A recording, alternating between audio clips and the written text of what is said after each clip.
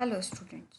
Last class में हम लोगों ने देखा था कि 1962 के टाइम पे चाइना ने इंडिया पे अटैक किया था और अटैक करके कुछ अक्टूबर में नवंबर में हम इंडिया और चाइना के बीच में एक वॉर स्टार्ट हुआ था और उस वॉर हो गया था। बट फाइनली क्या हुआ, चाइना ने डिक्लेयर किया कि चाइना ने उस वॉर को स्टॉप किया एंड स्टॉप करने के बाद में उसने वापस जिस पॉइंट पर वो वॉर स्टार्ट हुआ था उस पॉइंट पर वापस अपनी आर्मी को प्लेस कर दिया। ठीक है, ये वाली चीज़ हुई थी।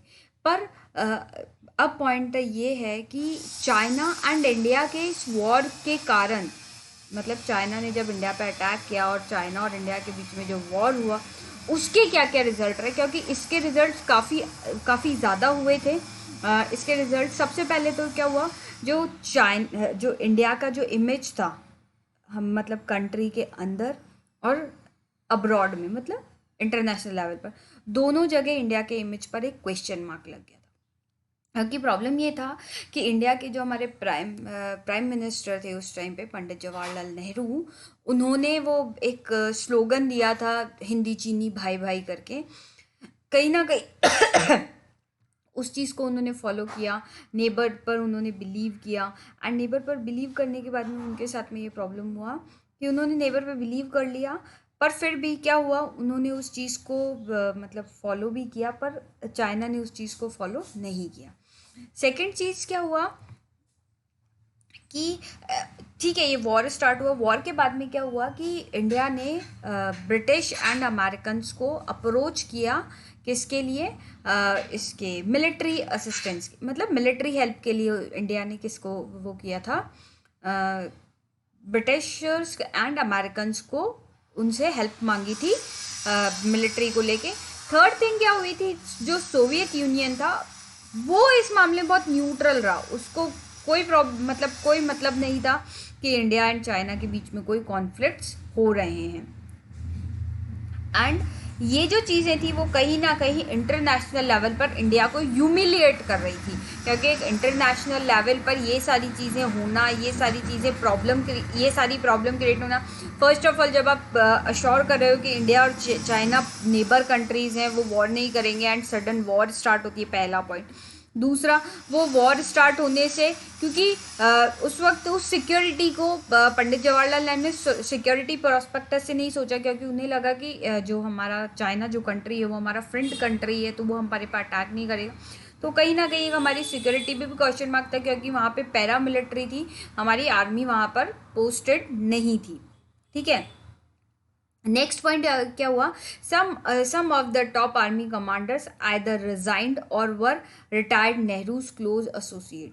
मतलब बहुत सारे जो आर्मी के जो कमांडर्स थे, या तो उन्होंने रिजाइन कर दिया था या रिटायर हो गए थे, क्योंकि उन्हें कहीं ना कहीं इस चीज़ से बहुत बहुत बुरा लगा था कि चाइना ने इंडिया पे अटैक किया है और इंडिया के ऊपर क्वेश्चन मार्क लग रहा है। ठीक है, इसके अंदर था जो हमारे डिफेंस मिनिस्टर है वी कृष्ण मेनन, उन्होंने भी कैबिनेट को छोड़ दिया था, वो कैबिनेट मिनिस्ट्री में फिर नहीं रहे थे। नेहरू, जो पंडित जवाहरलाल नेहरू थे, उनकी जो कहते हैं ना, उनको हर जगह क्रिटिसाइज किया जा रहा था, क्योंकि जो ये फॉरेन पॉलिसी में ये जो स्लोगन दिया था हिंदी चीनी भाई भाई का, एंड जो डिसीजन था कि पैरा मिलिट्री अपॉइंट करनी चाहिए, मिलिट्री अपॉइंट नहीं करनी चाहिए, उन सब के चलते ये सब जो डिसीजन थे वो पंडित जवाहरलाल नेहरू के थे। हमने पहले भी बात करी थी, जब ये चीज़ें चल रही थी तब कैबिनेट के कई मिनिस्टर्स ऐसे थे जो नहीं चाहते थे कि वहाँ पे पैरा मिलिट्री हो। उनका मानना था कि चाइना कहीं ना कहीं आगे जाके अग्रेशन दिखा सकता है, इसलिए उन्होंने सजेशन भी दिया था कि आपको ऐसा पैरा मिलिट्री नहीं रखनी चाहिए, वहाँ पे आर्मी पोस्ट करनी चाहिए और इस तरह से डील नहीं करना चाहिए इन सब चीज़ों को। पर कहीं ना कहीं पंडित जवाहरलाल नेहरू को बिलीव था कि ऐसा कुछ होगा नहीं, और उन्होंने इस चीज़ को माना था, पर चाइना उस एक्सपेक्टेशंस को फुलफिल नहीं कर पाया। तो कहीं ना कहीं पंडित जवाहरलाल नेहरू के जजमेंट पे, पंडित जवाहरलाल नेहरू की एक थॉट पे, एक थिंकिंग प्रोसेस, सब पे क्वेश्चन मार्क लग गया था। कहीं ना कहीं जो नेहरू जी थे, उनकी इमेज काफ़ी ज़्यादा सफ़र कर रही थी इन सब में। ठीक है, नेक्स्ट क्या हुआ था कि first time no confidence motion against his government was moved and debate in the Lok Sabha. मतलब जो गवर्नमेंट चल रही थी जिसमें Pandit Jawaharlal Nehru prime minister post पे थे, उसके अगेंस्ट क्या आया था? No confidence motion. हम एक शॉर्ट में समझ लेते हैं नो कॉन्फिडेंस मोशन क्या होता है। होता क्या है कि एक कोई पार्टी है, जैसे आज हम प्रेजेंट सिनेरियो से इस चीज़ को समझने की कोशिश करते हैं। आज हमारे यहाँ दो पार्टीज़ हैं, बीजेपी एंड कांग्रेस, दो मेजर पार्टी। हम इन दो मेजर पार्टीज के एग्जाम्पल से जाते हैं, ठीक है। आज मिस्टर नरेंद्र मोदी जी ने कोई डिसीजन लिया, वो डिसीजन जैसे पंडित जवाहरलाल नेहरू जी का डिसीजन एक रॉन्ग प्रूव हुआ, उसी तरह हो सकता है नरेंद्र मोदी जी का कोई डिसीजन रॉन्ग प्रूव हो जाए, तो उन्हीं की पार्टी के कुछ लोग क्या आएंगे, उनके अगेंस्ट हो जाएंगे। और अगेंस्ट होने के साथ में अब ऐसा तो हो नहीं सकता कि जब उनके जो सपोर्टर हैं वही उनके अगेंस्ट हो जाए तो उनकी गवर्नमेंट चल जाए, ऐसा पॉसिबल नहीं हो पाता। समटाइम दिक्कत ये आती है कि फिर क्या होता है, अपोजिशन पार्टी से जाके वो लोग कांटेक्ट करते हैं उनकी पार्टी वाले, एंड उनके अगेंस्ट क्या आ जाता है, नो कॉन्फिडेंस मोशन। मतलब इनके ऊपर अब हमें कॉन्फिडेंस नहीं है, अब हमें गवर्नमेंट के लिए वापस, मतलब जो गवर्नमेंट अभी बनी हुई है उसके लिए वापस सोचना चाहिए। That is called no confidence motion, ठीक है।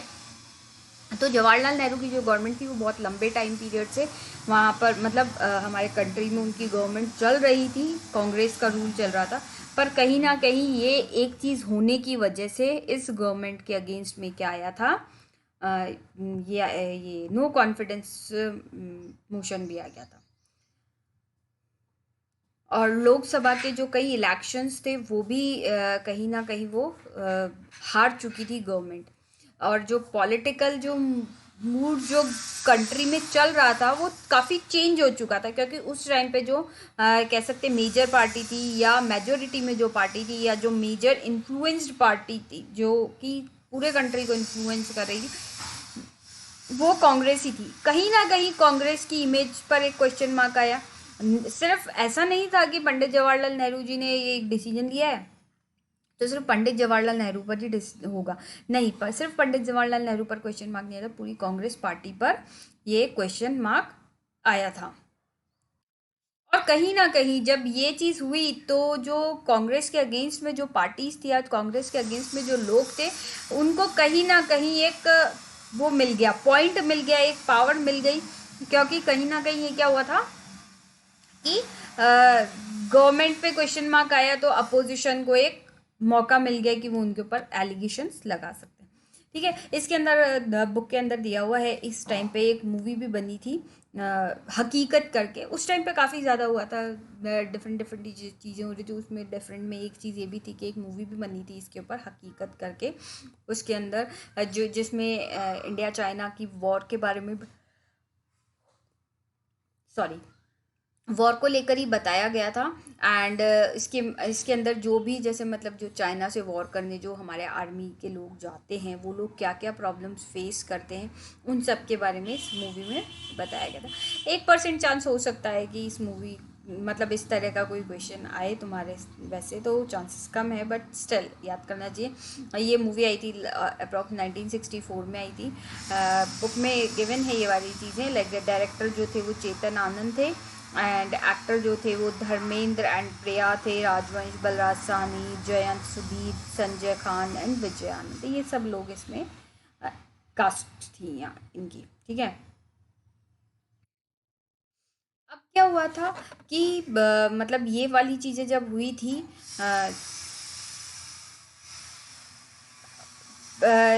चाइना कहीं ना कहीं एक कांग्रेस के भी अगेंस्ट आ चुका था।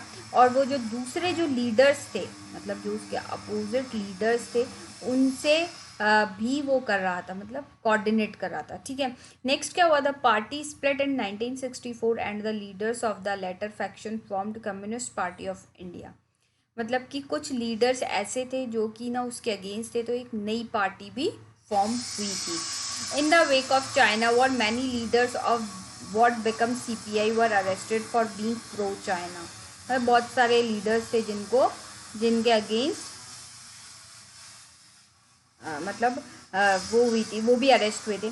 और इस बीच में क्या हुआ, मतलब जो चाइना था वो कम्प्लीटली कांग्रेस के बिल्कुल अगेंस्ट आ चुका था, और वो कांग्रेस के साथ में कोई भी डील या कोई भी टाई या भी कोई ट्रिटी ये कुछ भी साइन करने के लिए रेडी नहीं था। The war with China alerted Indian leadership of the volatile situation in the north east region.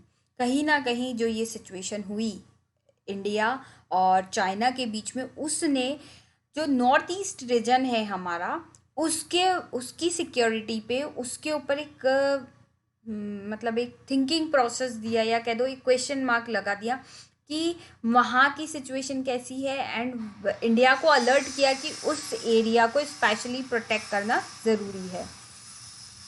Apart from being isolate and extremely under developed, जब मतलब ये चाइना और इंडिया के बीच में वॉर हुई, तब इंडिया के लोगों ने, इंडियन गवर्नमेंट ने रियलाइज़ किया कि जो नॉर्थ ईस्ट का जो ये रीजन है ये एक्सट्रीमली आइसोलेटेड हो चुका है एंड एक्सट्रीमली अंडर डेवलप है। यहाँ पे डेवलपमेंट की भी नीड है एंड यहाँ पे सिक्योरिटी भी नीड है। This region also presented India with the challenge of national integration and political unity.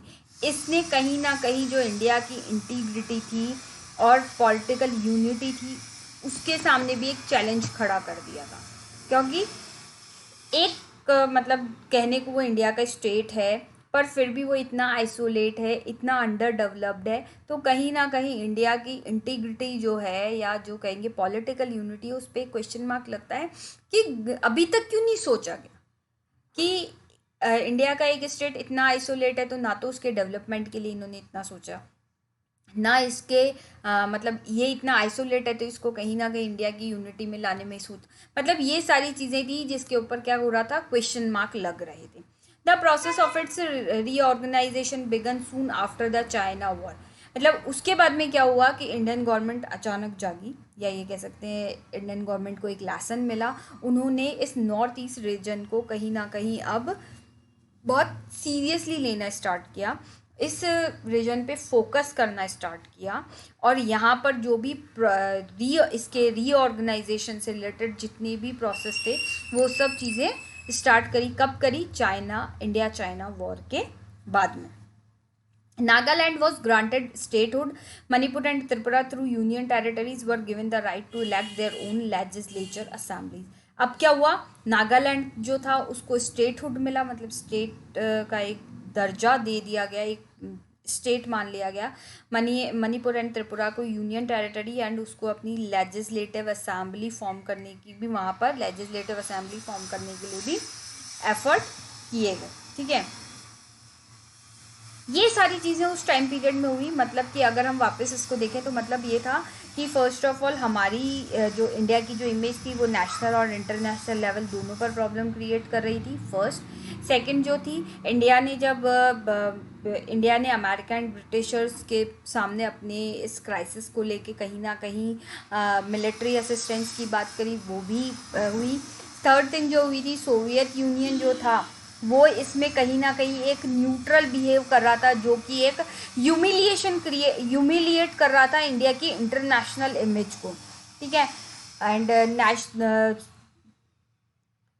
ये एक चीज़ तो हुई, पर इस ह्यूमिलिएशन के साथ में एक जो चीज़ अच्छी हुई थी कि कहीं ना कहीं नेशनलिज्म का जो स्पिरिट था वो इंडिया में वो हो रहा था, इंक्रीज हो रहा था। लाइक अभी हम छोटा सा एग्जाम्पल अभी देख लेते हैं, अभी रिसेंट का जो हमारा जो प्रेजेंट सिनारियो चल रहा है उसमें अगर हम देखें तो कोविड-19 जो हमारा चल रहा है, ठीक है, कोविड-19 के लिए कहीं ना कहीं लोग मानते हैं कि चाइना रिस्पॉन्सिबल है। तो ये जो चीज़ है वो हमारे अंदर के नेशनलिज्म को, मतलब ये कहते हैं ना, नेशनलिज्म की जो स्पिरिट है वो जो सिटीज़न होते हैं उनमें इंक्रीज़ करती है। वो सिर्फ सिटीज़न, मतलब सब में ये चीज़ नेशनलिज्म की जो स्पिरिट होती है वो कहीं ना कहीं इंक्रीज़ होती है। रिसेंटली अगर हम अभी के रिसर्च अगर चेक करें तो कहीं ना कहीं जो चाइना से जो हमारा इम्पोर्ट है, या चाइना से जो हमारा चाइना का जो प्रोडक्शन जो इंडिया कंज्यूम करता है उसमें काफ़ी तेज़ी से गिरावट भी आई है, मतलब कमी हुई है।